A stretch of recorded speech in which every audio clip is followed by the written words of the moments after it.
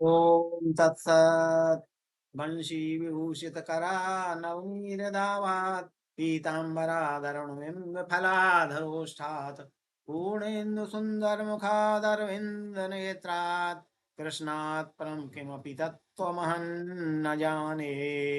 प्रपन्न पारिजाताय तोत्र वैत्रैक पाणये ज्ञान मुद्राय कृष्णाय गीतामृत दुहे नमः।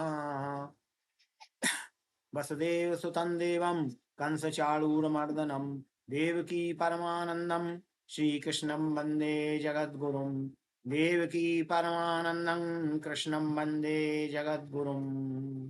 नारायणं नमस्कृत्य नरं चैव नरोत्तमं देवीं सरस्वतीं व्यासं ततो जयमुदीरयेत्।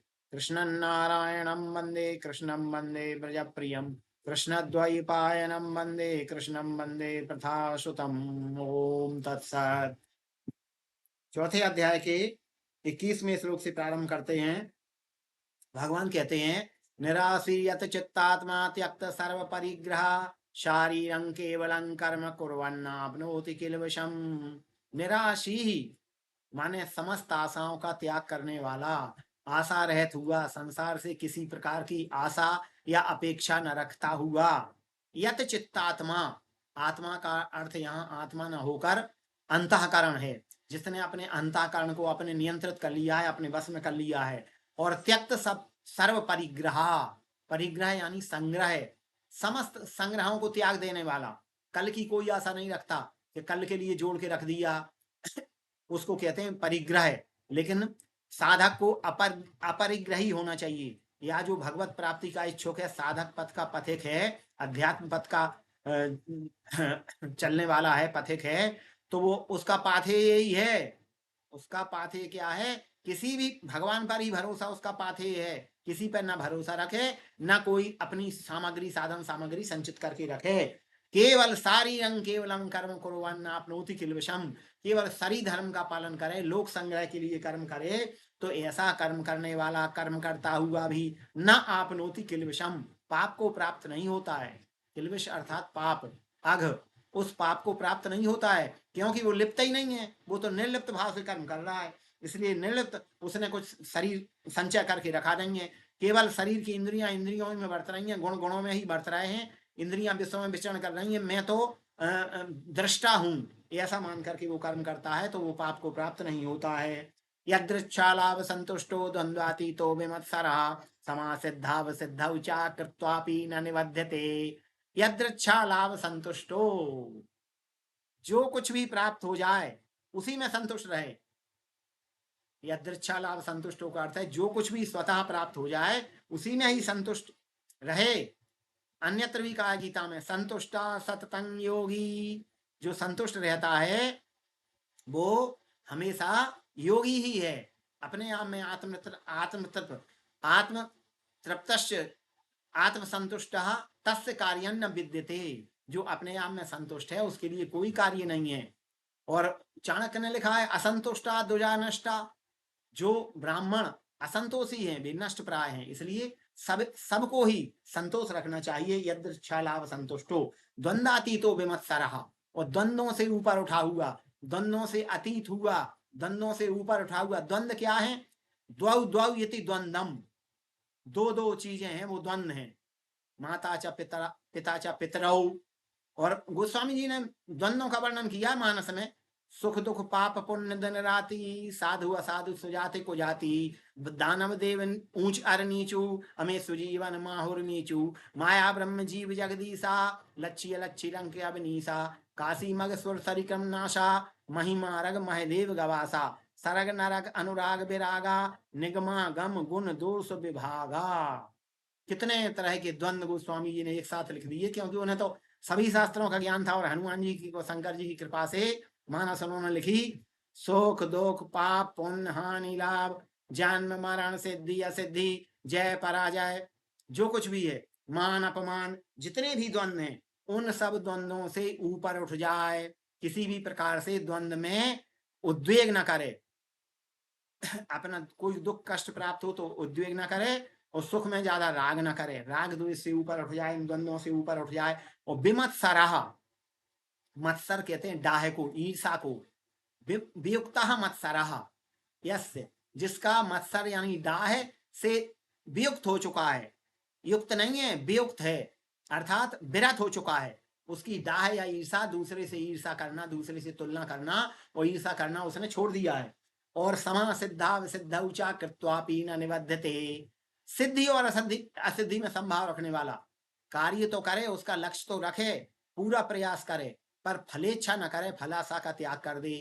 कार्य चाहे सिद्ध हो अथवा न हो, दोनों स्थिति में संभाव रखे। अगर सिद्ध हो जाए तो अधिक प्रसन्नता व्यक्त न करे, और अगर कार्य असिद्ध हो जाए, असफलता प्राप्त हो, तो दुख या उद्वेग न करे, सिद्धि असिद्धि में संभाव रखे। समत्वम योग उच्यते 2:48 में कहा, ये समा सिद्धाव सिद्धौ चाह कृत्वापि न निबध्यते। यहाँ तो ये कहा है, वहां कहा है सिद्ध सिद्धो समभूत्वा समत्वम योग उच्यते। इसी बात को 2:48 में दूसरी तरह से कहा, थोड़ा थोड़ा अंतर करके भगवान ने अनेक प्रकार से समझाया, अनेक प्रकार से रेखांकित किया इस तथ्य को कि समता चाहिए, समता ही योग है। गीता में योग की परिभाषा समत्व ही है, समत्वम योग उच्यते। पतंजलि ने यद्यपि योग की परिभाषा दी है योगा की, योगश्चित्त वृत्ति निरोधा, दोनों में तुलना करें तो चित्त की वृत्तियों के निरोध को ही योग कहा है महर्षि पतंजलि ने, पर गीता में थोड़ा अलग है। समत्वम, समता रखना, जब समता आ जाएगी तो चित्त की वृत्तियां अपने आप रुक जाएंगी। समता आने पर चित्त की वृत्तियों का निरोध अपने आप हो जाएगा, चित्त की वृत्तियां गलत दिशा में नहीं जाएंगी। समत्व को अपने आप अनुसरण करने पर वो योग स्वतः आ जाएगा। इसलिए गीता के और पतंजलि योग में थोड़ा बिल्कुल आंशिक रूप से विभेद है, थोड़ा सा अंतर है। तो समा सिद्धा सिद्धौ च कृत्वापि न निबध्यते, करके भी नहीं बंधता है, कर्म करता रहे। कर्म करने को गीता जी बिल्कुल मना नहीं करती हैं, कर्म करना तो गीता जी को अभीष्ट है, गीता जी को अभिप्रेत है कर्म करना, कि हर स्थिति में कर्म करे, अकर्मण्य बिल्कुल न बने, और अनासक्त भाव से राग द्वेष से रहित होकर के कर्म करेगा, द्वंद्वों से अतीत होकर कर्म करेगा, तो उसके कर्म अकर्म हो जाएंगे, पहले बता चुके हैं। तो वो करके भी नहीं बंधता है, कृत्वापि न निबध्यते। गत संगस्य मुक्तस्य ज्ञानावस्थित चेतसः यज्ञायः चरतः कर्म समग्रम प्रविलीयते। गत संगस्य मुक्तस्य, ऐसे पुरुष जिसने संग माने आसक्ति का त्याग कर दिया है और मुक्त प्राय बिल्कुल उन्मुक्त होकर के भ्रमण कर रहा है, कहीं भी लगाव नहीं है, उसका जुड़ाव या चिपकाव नहीं है, अटैचमेंट नहीं है कहीं भी। और ज्ञानावस्थित चेतसः, हृदय में, उसके चित्त में, उसके अंतःकरण में चित्त चिंतयति इति चित्ता, चित्त का कार्य है चिंतन करना, जो चिंतन करता है उसका नाम चित्त, चित्त पर संस्कारों की छाप पड़ती है। तो ज्ञानावस्थित चेतसः, चित्त में ज्ञान हो, उसके में चित्त ये ज्ञान हो कि मैं अकर्मा हूं, वो कर्तृत्वाभिमान से रहित होकर कर्म करे। तो यज्ञायः चरतः कर्म, यज्ञ की क्या भावना है, मूल भावना, यज्ञ की भावना है इदन्नमम, इदन्नमम बार बार कहा जाता है, इदं गायत्र इदन्नमम, यह मेरा नहीं है, अर्थात त्याग की भावना। तो त्याग की या परोपकार की भावना से किया हुआ हर कर्म बांधता नहीं है, उसके कर्म समग्रम प्रविलीयते। ऐसे साधक या ऐसे योगी के समग्र कर्म, समस्त कर्म विलीन हो जाते हैं, कर्म राशि शून्य हो जाती है और वो भगवत प्राप्ति की ओर उन्मुख हो जाता है। आगे बताते हैं यज्ञ की, अब यज्ञ शब्द आ गया है, यज, यज धातु से बना है, यजन करना, यज्ञ करना, यज्ञ ब्रह्मार्पणम ब्रह्म हविर ब्रह्माग्नौ ब्रह्मणाहुतम ब्रह्मैव तेन गंतव्यम ब्रह्म कर्म समाधिना। ब्रह्मार्पणम ब्रह्म, कर्म कांड की बात कर रहे हैं अब, जो हवन होता है साकिल से हवन वेदी पर, तो जो अर्पित किया जा रहा है वह भी ब्रह्म है, वह ब्रह्म है। हविर ब्रह्म, और हवि जो आहुति दी जाती, खीर आदि की, घी की आहुति दी जाती, वह भी ब्रह्म है। और ब्रह्मणाहुतम, जब स्वाहा बोला जाता है स्वाहा इदम इदं अग्नये इदं नमम स्वाहा, स्वाहा कहा जाता है, अग्नि की पत्नी का नाम स्वाहा है, इसलिए स्वाहा का उच्चारण सब लोग करते हैं। और पितरों के लिए जब किया जाता है तो जो भी तर्पण, तब स्वधा कहा जाता है। तो वो सब जो हुत माने डाला गया, उसमें अग्नि देवता को समर्पित किया गया, वो भी ब्रह्म है। और ब्रह्मैव तेन गंतव्यम ब्रह्म कर्म समाधिना, और ये यज्ञ रूपी कर्म करने वाले ब्रह्म कर्मी का प्राप्तव्य गंतव्य भी ब्रह्म ही है, अर्थात वह ब्रह्म को ही प्राप्त होता है, यानी इसमें सब कुछ ब्रह्म है। तो ये कर्म कांड का अद्वैत है। यहाँ पर भगवान ने बताया है कि कर्म कांड, वेदों का कर्म कांड है इस श्लोक में, लेकिन उसमें भी अद्वैत है, कोई द्वैत भाव नहीं है, सब ब्रह्म है, सब कुछ ब्रह्म है। हवि हवि ब्रह्म, होता ब्रह्म, जितने भी हैं, और आहुतियां दी जा रही हैं वो ब्रह्म स्वाहा कह करके, और कर्ता भी ब्रह्म को ही प्राप्त हो, ब्रह्म उसका गंतव्य या प्राप्तव्य है। तो ये कर्म कांड का अद्वैत यहाँ इस श्लोक में दृष्टिगत होता है। देवमेवा परे यज्ञम योगिनः पर्युपासते ब्रह्माग्नाओ परे यज्ञम यज्ञेनैव उपजुह्वति। देखिए चौथे अध्याय में यज्ञ के अनेक रूप बताए गए हैं। केवल होम करना, हवन करना, साकिल से आहुतियां देना ही यज्ञ नहीं है। गीता अनेक प्रकार के यज्ञों को मानती है, और इस चौथे अध्याय में 12 प्रकार के यज्ञ बताए गए हैं। तो अब भगवान प्रारंभ करते हैं। ये तो हो गया कर्म कांड का, एक हो गया। अब देव मेवा परे यज्ञम योगिनः पर्युपासते, जो उच्च श्रेणी के योगी हैं वो उच्च श्रेणी का यज्ञ करते हैं। ब्रह्माग्नाओ परे यज्ञम यज्ञेनैव उपजुह्वति, ब्रह्माग्नि में आहुतियां देते हैं। वो ब्रह्म रूपी अग्नि में आहुतियां देते हैं अपने आप, आत्मा में ही। इसमें साकिल की आवश्यकता नहीं है। अपने आप में, आत्मा में ही आहुतियां देकर आत्मा को तृप्त करते हैं।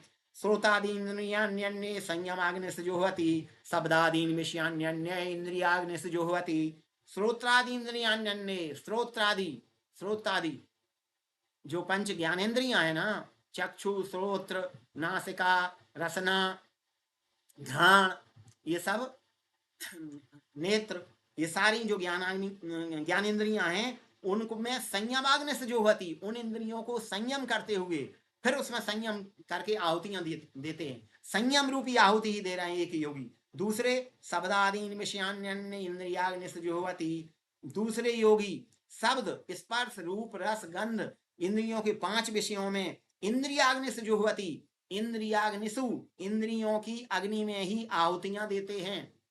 इन 5 विषयों के द्वारा, इंद्रिय के विषयों के द्वारा, इंद्रियों के द्वारा उन 5 विषयों में आहुतियां देते हैं। एक बे प्रकार के योगी हैं। सर्वाणि इंद्रिय कर्माणि प्राण कर्माणि चापरे आत्म संयम योगाग्नौ जुह्वति ज्ञान दीप्यते। कुछ योगी ऐसे हैं कि सर्वाणि इंद्रिय कर्माणि प्राण कर्माणि चापरे, इंद्रियों के सभी कर्मों को, प्राण आदि, पंच प्राण आदि और उनके कर्मों को आत्म संयम रूपी योग अग्नि में, आत्म संयम की अग्नि में जुह्वति माने आहुतियां दे करके ज्ञान रूपी यज्ञ करते हैं। आहुतियां दे करके दिव्य ज्ञान स्वरूपी यज्ञ करते हैं। आत्म संयम रूपी अग्नि में आहुतियां देते हैं वे। तो इस प्रकार से कितने कठिन यज्ञ बताए हैं। तो द्रव्य यज्ञास तपो यज्ञ, द्रव्य यज्ञ जो ऊपर बताया था वो द्रव्य यज्ञास तपो यज्ञ योग यज्ञास तथा परे स्वाध्याय ज्ञान यज्ञश्च यतिहा संस्कृतव्रतः। अब देखिए इसी श्लोक में द्रव्य यज्ञ, योग यज्ञ, तप यज्ञ, स्वाध्याय यज्ञ, 4 प्रकार के यज्ञ तो इसी श्लोक में बताए हैं। द्रव्य यज्ञास तपो यज्ञ, द्रव्य यज्ञ माने जिसमें सामग्री लगती है। द्रव्य का घी, साकिल, काले तिल, यवा, अक्षत, ये सब मिला करके हवन सामग्री जिसमें द्रव्य साकिल बनाया जाता है वो द्रव्य यज्ञ है। तो द्रव्य यज्ञ से तपो यज्ञ श्रेष्ठ है। तपो यज्ञ, तप रूपी यज्ञ, जो तप करते हैं स्वधर्म पालन के लिए, कष्ट सहने का नाम तप है। तो उस तप रूपी यज्ञ को करते हैं, वो तप भी यज्ञ है। और योग यज्ञास तथा परे, एक योग यज्ञ है जो पतंजलि का योग है। गीता का योग भी, पतंजलि का योग भी, कोई भी योग हो उसको, योग को भी यज्ञ कहते हैं। वो योग के अष्टांग हैं, यम, नियम, आसन, प्राणायाम, प्रत्याहार, धारणा, ध्यान और समाधि। इस अष्टांग योग का जो आचरण करते हैं वो योग यज्ञ करते हैं। जैसे योग ऋषि स्वामी बाबा रामदेव जी योग यज्ञ के का आश्रय लेकर संसार को योग से रोग भगा रहे हैं। योगाग्नि में रोगों को दहन करके उनको स्वस्थ बना रहे हैं।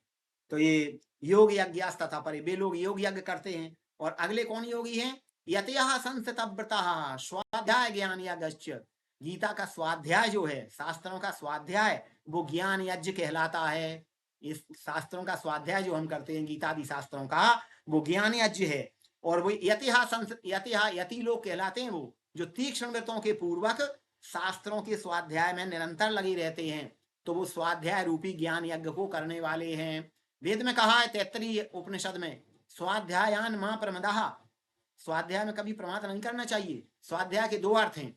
स्वस्य अध्ययनम इति स्वाध्यायः, शास्त्रों के आलोक में अपना स्वयं का अध्ययन करना कि हमको कितना उतर गए हैं, कितना हम कितनी परसेंट हम हमारे अंदर आ गए, हम कितना आचरण कर रहे हैं, उसको स्वयं का अध्ययन करना, आत्ममूल्यांकन करना स्वाध्याय है। दूसरा स्वयं अध्ययन करना, जैसे स्वाध्यायी छात्र होते हैं ना, भगवान जिनके कोई गुरु नहीं है, भगवान श्री कृष्ण को अपना गुरु माने, गीता को अपनी माता माने, और मान करके निरंतर स्वतः पढ़ते रहें और आपस में एक दूसरे से विचार विमर्श करते हुए ज्ञान को बढ़ाते रहें, तो वे भी स्वाध्यायी कहलाते हैं। क्योंकि गीता की क्लासेस नहीं कहीं कहीं लग रही हैं, कुछ संगठन लगा रहे हैं, मान लो उन सबको ज्वाइन नहीं कर पा रहे और अपने आप स्वतः अध्ययन करते हैं, वे स्वाध्यायी कहलाते हैं। तो ये स्वाध्याय भी ज्ञान यज्ञ है और इसमें तीक्ष्ण वृत्तों वाले योगी लगे हुए हैं। अगला यज्ञ, अपाने जुह्वति प्राणम प्राणे पानम तथा परे प्राणायाम गतिरुद्ध्वा प्राणायाम परायणः। अपाने जुह्वति प्राणम, कुछ ऐसे योगी हैं जो पंच प्राण होते हैं, पंच प्राण, प्राण अपान व्यान समान और उदान, ओम प्राण सौम पाना स्वम व्यान स्वम समान स्वाम उदाना स्वाहा कहकर आहुतियां दी जाती हैं भोग लगा करके।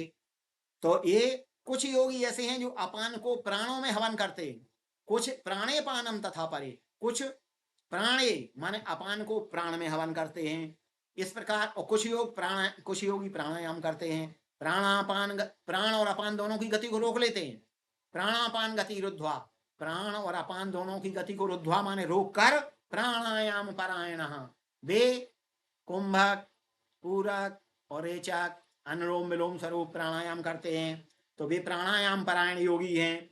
अपरे नीताहारा प्राणान प्राणेश जुहति सर्वे पेते यज्ञ विदो यज्ञ छपित कलमशः। अपरे माने दूसरे, नियत आहार करके बिल्कुल संयत फलाहार लेते हैं, प्राणान प्राणेश जुहति, प्राणों का प्राणों में ही हवन करते हैं, प्राणों का प्राणों में ही हवन करते हैं विद्यपी योगी। सर्वे पेते यज्ञ विदो यज्ञ छपित कलमशः, ये ऊपर कहे गए सभी यज्ञ वेत्ता और यज्ञ करता, यज्ञ विद, यज्ञ छपित कलमशः, यज्ञों के द्वारा अपने कसाय कलमशों का, जन्म जन्म के संचित पापों का नाश कर देने वाले हैं। क्योंकि यज्ञो वै विष्णु, यज्ञ ही विष्णु हैं और यज्ञ से वो अपने समस्त पापों का नाश कर देते हैं। यज्ञ सृष्टामृत भुजो यान्ति ब्रह्म सनातनम नायम लोकोस्ति यज्ञस्य कुतोन्यः कुरुषत्तम। कुरुसत्तम, हे कुरुवंशी वीर अर्जुन, यज्ञ सृष्टामृत भुजो, और यज्ञ के अवशेष का जो सेवन करते हैं, प्रसाद जिसको प्रसाद कहते हैं, वो प्रसाद क्या, प्रसादे सर्व दुखानाम हानिरस्योपजायते प्रसन्न चेतसो ह्यासु बुद्धि पर्यवतिष्ठते। तो यज्ञ से अवशिष्ट जो पदार्थ है, भगवान का भोग, जो समस्त देवताओं ने ग्रहण कर लिया है साक्षात प्रकट होकर, अग्नि देवता के माध्यम से, अग्नि और अग्नि की पत्नी स्वाहा के माध्यम से सब देवता तृप्त हो गए। उसके बाद जो प्रसाद बचता है, उसको प्रसाद को पाने वाले सिर पर धारण करके अपने अंदर प्रसाद को मुख से शरीर में पहुंचाने वाले, रस रक्तादि बनाने वाले, यान्ति ब्रह्म सनातनम, सनातन ब्रह्म को प्राप्त होते हैं। लेकिन एक बात बता दी नीचे व्यतिरेक भाव से, नायम लोकोऽस्ति यज्ञस्य कुतोऽन्यः कुरुषत्तम, ये तो यज्ञ करने वालों की बात बताई और फलश्रुति बता दी। अब भगवान ने कह दिया नायम लोकोऽस्ति यज्ञस्य कुतोऽन्यः कुरुषत्तम, हे कुरुवंशी वीर अर्जुन, न अयम लोको, अयज्ञस्य यज्ञ न करने वाले व्यक्ति के लिए न ये लोक है, और दूसरा लोक तो फिर हो ही कैसे सकता है, परलोक में तो उसको सुख हो ही नहीं सकता। तो यज्ञ न करने वाले व्यक्ति के लिए दोनों लोक चले जाते हैं, दोनों लोक, ना तो यह लोक में कुछ मिलता है ना परलोक में कुछ मिलता है। इसलिए निरंतर कम से कम स्वाध्याय रूपी ज्ञान यज्ञ तो करते ही रहना चाहिए, ऐसा भगवान ने उपदेश दिया। क्योंकि यज्ञ न करने वाले के लिए ना ये लोक है ना परलोक है, परलोक इस लोक में कुछ नहीं है और परलोक में भी कुछ नहीं है। इसलिए हमेशा सतत स्वाध्याय रूपी ज्ञान यज्ञ, गीतादि शास्त्रों के स्वाध्याय रूपी ज्ञान यज्ञ करते रहना चाहिए। ओम श्री कृष्णार्पणमस्तु।